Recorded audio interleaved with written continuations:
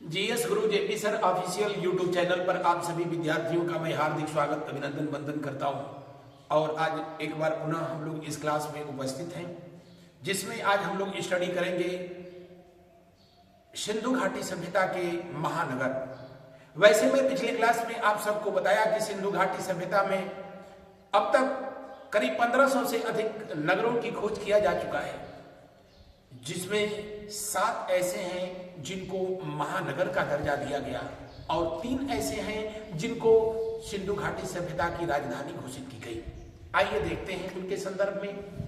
सिंधु घाटी सभ्यता के कुल वर्तमान में कितने महानगर हैं? कुल 7 महानगर हैं।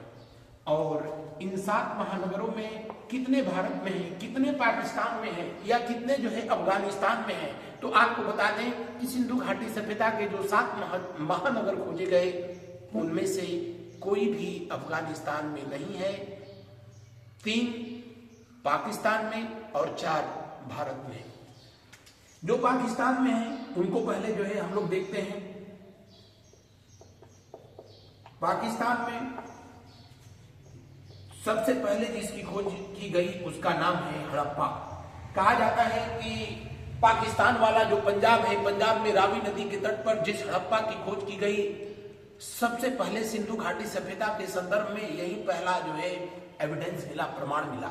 और यही वजह था कि सिंधु घाटी सभ्यता को हड़प्पा सभ्यता भी कहा गया।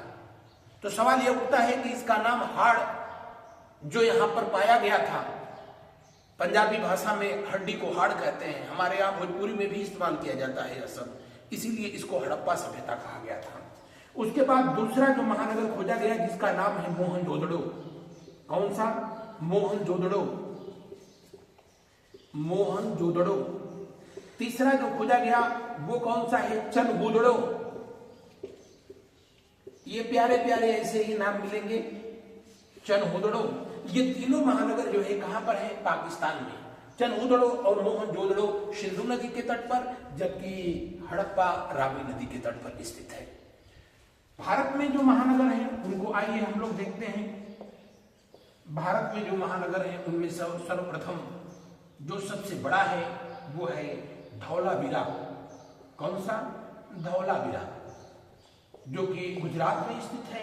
दूसरा लोथल, ये भी गुजरात में स्थित है। तीसरा कालीबंगा। कौन सा? कालीबंगा। कालीबंगा। और कालीबंगा कहां पर स्थित है? तो राजस्थान में स्थित है। चौथा कौन सा? वड़ावली। वड़ावली या कहीं कहीं लिखा होगा वड़ावली, ये कहां पर है? हरियाणा में। तो ये 7 जो हैं इनको महानगर का दर्जा दिया गया। और आइए हम लोग इनमें एक एक करके एक एक का अध्ययन करते हैं, जो कि परीक्षाओं के दृष्टिकोण से अति महत्वपूर्ण होता है। सबसे पहले जो है हम लोग देखते हैं, सबसे पहले जो है हम लोग पढ़ेंगे किसके संदर्भ में? हड़प्पा के संदर्भ में। अगर आप स्क्रीनशॉट लेना चाहें तो ले सकते हैं। और खास करके आइए सबसे पहला महानगर के संदर्भ में हम लोग यहाँ पर देखते हैं। और सबसे पहला महानगर जिसका नाम था क्या? हड़प्पा। क्या नाम था? हड़प्पा। हड़प्पा मैंने अभी जो है बताया था कि इसकी उत्पत्ति किस शब्द से हुई थी? तो पंजाबी भाषा के जो है हाड़ शब्द से जो है हुई, जो कि यहाँ पर जो उत्खनन कार्य किया गया था वहां से भारी मात्रा में हड्डियों के ढेर मिले। और संभवतः यही वजह था कि इसको स्थानीय भाषा में, क्योंकि हड्डियों को पंजाबी भाषा में हाड़ कहा जाता था, इसलिए इसे हड़प्पा कहा गया। सिंधु घाटी सभ्यता का नामकरण भी इसी के नाम पर किया गया, क्योंकि इंटरनेशनल जियोग्राफिकल एसोसिएशन के अनुसार जिस स्थान से किसी सभ्यता के संदर्भ में सबसे पहले प्रमाण मिलता है उसी के नाम पर उसका नामकरण कर दिया जाता है। जैसे सिंधु घाटी सभ्यता का सबसे पहला प्रमाण हड़प्पा से मिला, या आपसे जो है मैं कहूं कि आपके मैक्सिको में स्थित माया सभ्यता माया नामक स्थान पे पाई गई, इसलिए उसका नामकरण माया सभ्यता जो है किया गया था। तो यहां पर इसको जो है हड़प्पा का नाम जो है दिया गया।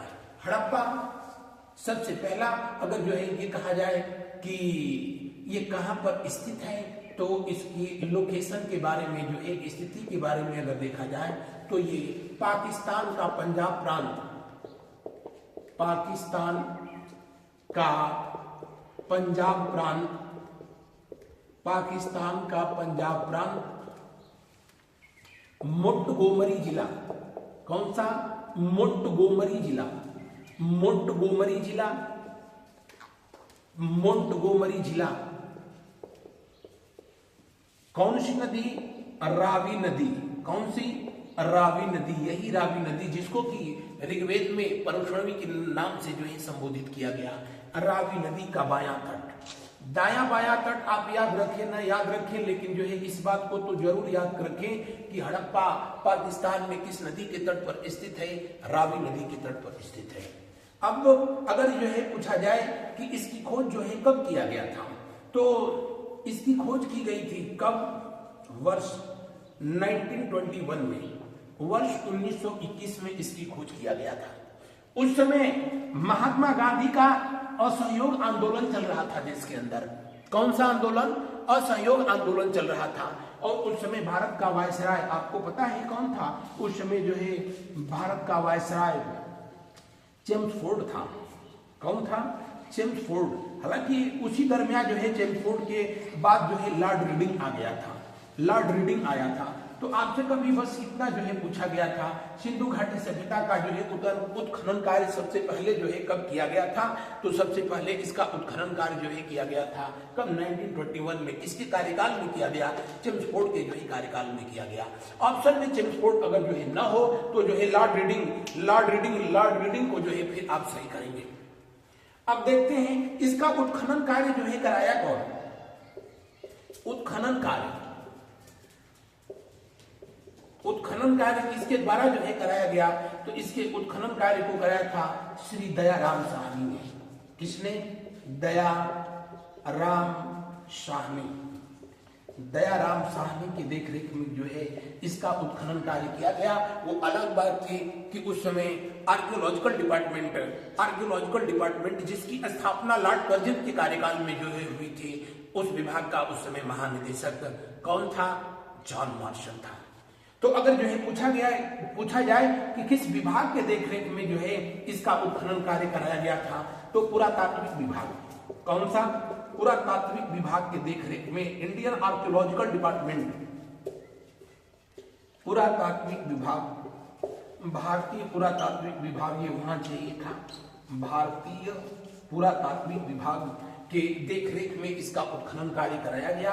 और इस विभाग की स्थापना अगर जो है आपसे पूछे कि कब हुई, तो 1904 में हुआ था।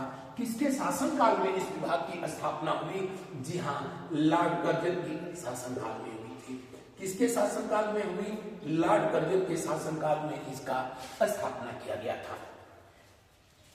अब हड़प्पा सभ्यता की जो है खोज करने वाला व्यक्ति और उस पर उत्खनन करने वाले व्यक्ति जो कि दयाराम साहनी महोदय थे, दयाराम साहनी महोदय। और उस समय इस विभाग को जो है जो डील कर रहा था जो व्यक्ति, उसका नाम था महानिदेशक पद पे जो थे, और उनका नाम था क्या? John Marshall. John Marshall. तो अब सभी सवालों का जवाब जो है यहां से आप दे सकते हैं। अगर आपसे पूछे कि हड़प्पा की खोज या हड़प्पा का उत्खनन कार्य जब किया गया तो इंडियन आर्कियोलॉजिकल डिपार्टमेंट का यानी भारतीय पुरातत्व विभाग का महानिदेशक कौन था? तो जो है जॉन मार्शल महोदय थे। जॉन मार्शल महोदय ने ही सिंधु घाटी सभ्यता का जो है नामकरण किया था। उन्हीं के द्वारा जो है इसका नामकरण किया गया था। अब सिंधु घाटी सभ्यता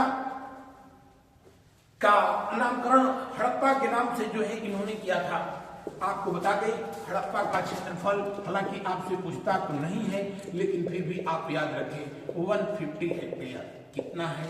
150 हेक्टेयर, 150 हेक्टेयर।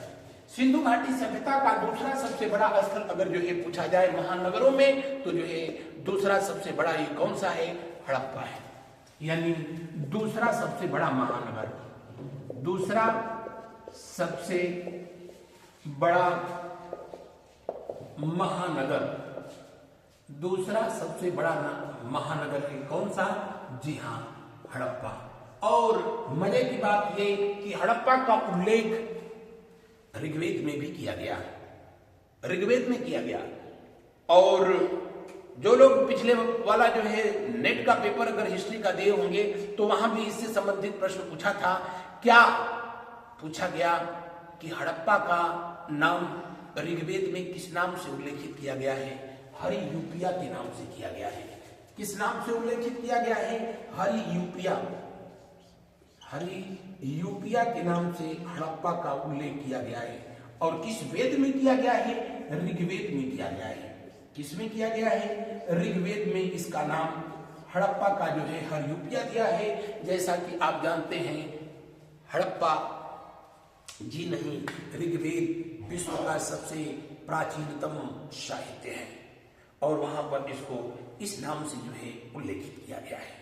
अब यहां से क्या क्या प्रमाण जो है मिले थे उसके बारे में जो है मैं आप सबको जो है बताऊं कि यहां से जो है उत्खनन कार्य क्या हुआ, तो क्या क्या एविडेंस जो है मिले जो आपसे परीक्षाओं में पूछे जाते हैं। तो अगर जो है आप इसका स्क्रीनशॉट लेना चाहें तो ले लीजिए, क्योंकि मैं फिर अब इसको जो है रब करूंगा और उसके बाद जो है यहाँ से जो अवशेष प्राप्त हुए उसको हम अभी जो है यहाँ पर राइट डाउन करता हूं। अब आइए देखते हैं कि हड़प्पा से कौन कौन से जो है अवशेष जो है प्राप्त हुए थे जो आपको परीक्षाओं में पूछा जाता है। तो हड़प्पा से जो अवशेष प्राप्त हुए उनमें सर्वप्रमुख पहला स्वास्तिक चिन्ह। स्वास्तिक चिन्ह जैसा कि आप जानते हैं स्वास्तिक चिन्ह हिंदू धर्म, बौद्ध धर्म, जैन धर्म के अलावा भी जो है पारसी धर्म में ये आज भी पवित्र चिन्ह माना जाता है। स्वास्तिक चिन्ह हालांकि मैं आपको करंट में पढ़ाया था, हाल ही में एक देश ऑस्ट्रेलिया ने इस पर रोक लगाया है, उसके पीछे मैंने वजह भी बताया था, उस वीडियो को आप देख सकते हैं। स्वास्तिक चिन्ह वो चिन्ह जिसको कि कभी जर्मनी का तानाशाह हिटलर के जो है ध्वज पर भी दिया गया था और ऐसी मान्यता है कि स्वास्तिक चिन्ह को सबसे पहले सिंधु घाटी सभ्यता के लोगों के द्वारा ही बनाया गया था, उन्हीं लोगों ने डिजाइन किया था। और आप भी देख सकते हैं हमारे बोर्ड पर दोनों तरफ जो है ऊपर की तरफ जो चिन्ह बनाया गया है वही स्वास्तिक चिन्ह है। इसीलिए सिंधु घाटी सभ्यता को स्वास्तिक सभ्यता के नाम से जाना गया। किस सभ्यता के नाम से जाना गया? स्वास्तिक सभ्यता के नाम से जो है जाना गया था। तो आपसे पूछे कि सिंधु घाटी सभ्यता में स्वास्तिक चिन्ह का प्रमाण सबसे पहले कहां पाया गया? जी हां, सबसे पहले हड़प्पा से जो है इसको प्राप्त किया गया। उसके बाद अगर जो है सेकेंड पॉइंट जो है मैं बात करूं तो हड़प्पा से प्राप्त किया गया था जो एविडेंस मिला वो था जो है क्या? जी, यहां से भगवान शिव की नटराज मूर्ति, नटराज मूर्ति का मतलब भगवान शिव का जो है तांडव नृत्य करता हुआ जो उनका जो एक आप कह लें कि जो पॉस्चर है, पोजीशन है, उसी को नटराज के नाम से जो है जाना जाता है। पशुपतिनाथ कहां से मिले थे? तो आप कहेंगे कि मोहनजोदाड़ो से। लेकिन नटराज कहां से मिले? तो जी हाँ, इनकी जो नटराजवादी आकृति जो मूर्ति मिली वो यहीं से प्राप्त की गई। कहां से? जी हाँ, हड़प्पा से। तीसरा जो है सर्वप्रमुख जो एविडेंस मिला वो था शंख का बैल। शंख का बैल यानी जो है हम लोगों के यहाँ आज भी पूजा पाठ में जो इस्तेमाल किया जाता है, जो शंख बजाई जाती है, बिल्कुल उसी तरीके का जो है शंख प्राप्त किया गया, लेकिन उसकी आकृति जो है कुछ इस प्रकार थी बैल के, जिसको कि भगवान शिव का वाहन नंदी से जो है तुलना किया गया। इतना ही नहीं, यहाँ से हड़प्पा से और भी जो है प्रमाण पाए गए और उसमें जो सर्वप्रमुख प्रमाण था हड़प्पा से और वो था क्या? धरती मां का प्रमाण। धरती मां, अब धरती मां कैसे जो है इसको सिर्फ अनुमान लगाया गया। दरअसल यहां से एक ऐसा जो है मूर्ति पाई गई जिसमें स्त्री के गर्भ से उगता हुआ पौधा दिखाया गया। उगता हुआ पौधा यहीं से प्राप्त किया गया था और इससे इतिहासकारों ने तुलना किया कि जिस तरीके से आज हम लोग पृथ्वी को, इस धरती को मां का दर्जा प्रदान करते हैं, संभवतः उस समय के लोग भी इसे मां के रूप में जो है पूजते रहे होंगे, जानते रहे होंगे। इसके अलावा सिंधु घाटी सभ्यता से अनाज की अगर जो है बात किया जाए तो यहां से तरबूज के बीज, तरबूज आप सब जानते हैं, तरबूज के बीज जो फसलें हम लोगों के यहां होती हैं, खरीफ की फसल जो कि जुलाई अगस्त में बोई जाती है और आगे चलने के अक्टूबर नवंबर में काट दी जाती है, वो खरीफ की फसल है जिसमें सर्वप्रमुख धान यानी चावल, और रबी की फसल यानी जो इधर नवंबर दिसंबर में बोई जाती और उधर मार्च अप्रैल में काटी जाती है, वो रबी की फसल है। मई जून के महीने में जो बोई जाती है 2-3 महीने के अंदर ही जिसका काम खत्म हो जाता है, वो जायद की फसल है। ये बात मैं इसलिए बता रहा हूं कि किसी प्रश्न में आप सबसे जो ये पूछा गया था कि जायद की फसल का प्रमाण जो है कहां से प्राप्त हुआ था, तो जायद की फसल का प्रमाण जो है यहीं से, कहां से, हड़प्पा से प्राप्त हुआ था और वो तरबूज के बीज पाए गए थे। इसके अलावा जो है और कौन से बीज पाए गए, तो गेहूं, उसके अलावा क्या पाया गया था, जौ, गेहूं के प्रमाण, जौ के प्रमाण।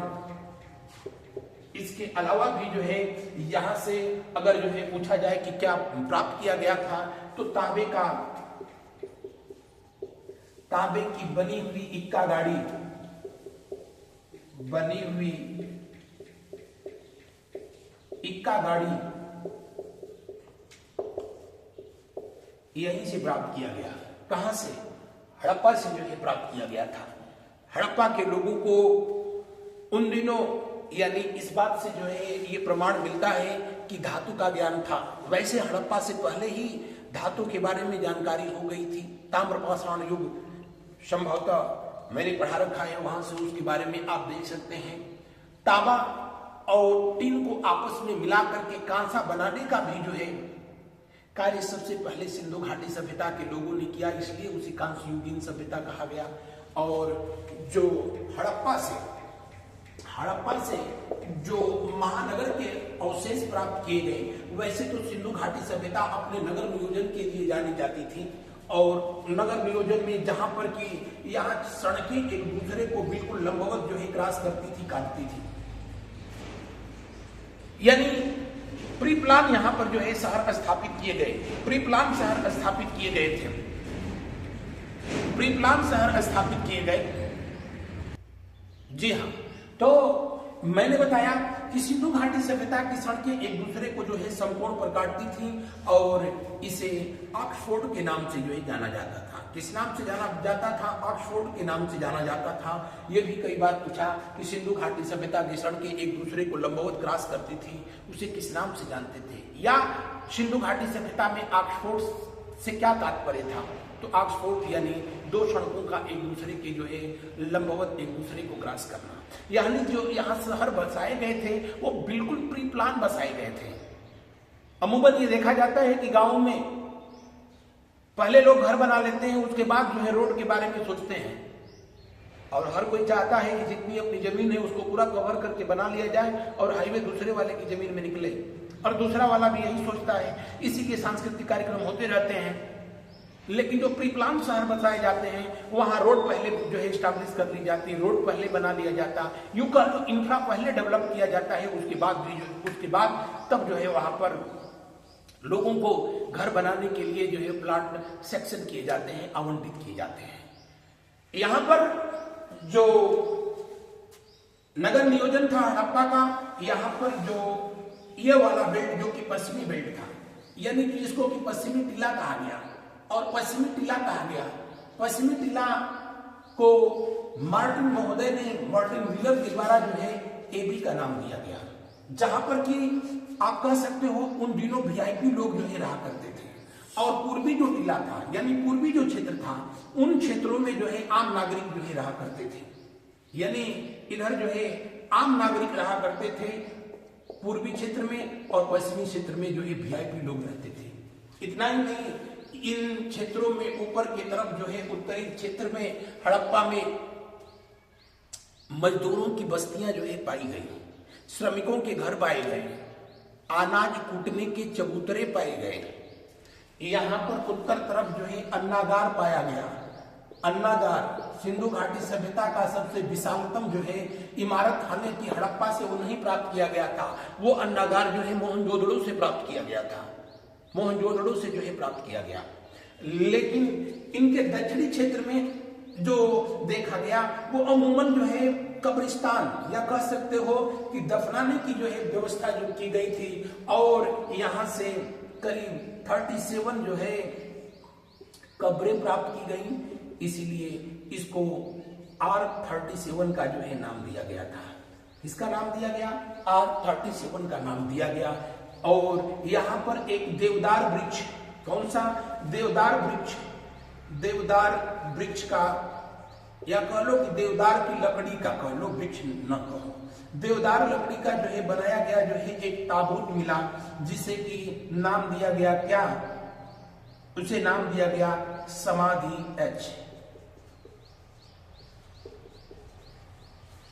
सिंधु घाटी सभ्यता से और भी जो प्रमुख एविडेंस मिले, जो प्रमाण मिले, उनमें वहां की मुद्राओं पर, कहा सिंधु घाटी सभ्यता की मुद्राओं पर एक चित्र था, जिस चित्र में एक गरुड़ अपने पंजों में सांप को दबाए हुए जो है अंकित किया गया था। यानी अगर जो है पूछा जाए कि अपने पंजे में सांप को दबाए हुए गरुड़ का चित्र कहां से प्राप्त किया गया था या कहां की मुद्रा से प्राप्त किया गया, हड़प्पा से प्राप्त किया गया था। पंजे में सर्प को दबाए हुए गरुड़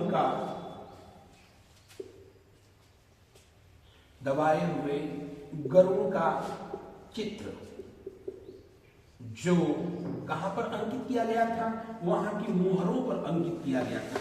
और वहां की मुहरें जो है, मुहर ही कहे तो जो है ज्यादा बेहतर है, मुहर ही जो है कहे तो वो ज्यादा बेहतर है। यहां से खरगोश का भी जो है चित्र पाया गया इनकी मुहरों पर।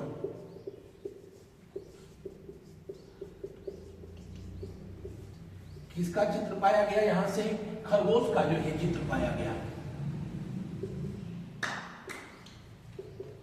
खरगोश का जो है चित्र पाया गया था। तो ये वो एविडेंस थे जो सिंधु घाटी सभ्यता के पहला नगर हड़प्पा के उत्खनन में प्राप्त किए गए। उसमें सबसे अधिक जो है पूछा जाता है आपसे, कहां, किसको, स्वास्तिक को पूछा जाता है, या फिर जो है भगवान शिव के नटराज की मूर्ति जो है कहां से प्राप्त की गई, तो जी यहीं से जो है प्राप्त किया गया था। कहां से, जी हड़प्पा से प्राप्त किया गया था। शंख का बैल या धरती मां, जिनको की जो है चित्र के रूप में चित्रित किया गया था, किसी स्त्री के गर्भ से उगता हुआ पौधा, स्त्री के गर्भ से उगता हुआ पौधे का जो है चित्र दिखाया गया था। तरबूज के बीज, गेहूं जौ के बीज या तांबे की बनी हुई इक्का गाड़ी, ये सारे एविडेंस यहीं से प्राप्त किए गए थे। तो ये रहा था हड़प्पा के बारे में आपको जो है होल सोल जानकारी। आप लोगों ने, कुछ लोगों ने कमेंट किया था कि सर एक्सप्लेन, ये जो है डिस्क्रिप्टिव वे में पढ़ाए जाने के बाद इसके जो है एमसीक्यू क्वेश्चन भी जो है कराए जाएं, वो बिल्कुल कराए जाएंगे। और मैं प्रयास कर रहा हूं कि हर क्लास में थियोरी पढ़ा देने के बाद उसके जो है एमसीक्यू जो है कराए जाएंगे। बहरहाल इस क्लास में मैंने आपको हड़प्पा के बारे में जो है चर्चा किया। अगला क्लास जो है उसमें मोहनजोदाड़ो के बारे में, फिर चनहुदड़ो के बारे में, इस तरीके से पूरे 7 जो है महानगर मिले हैं, सबके बारे में मैं जो है आपको चर्चा करके और विस्तृत तरीके से जो है बताऊंगा। बहरहाल इस क्लास में बस इतना ही, मिलते हैं हम लोग अगले क्लास में। थैंक यू, धन्यवाद।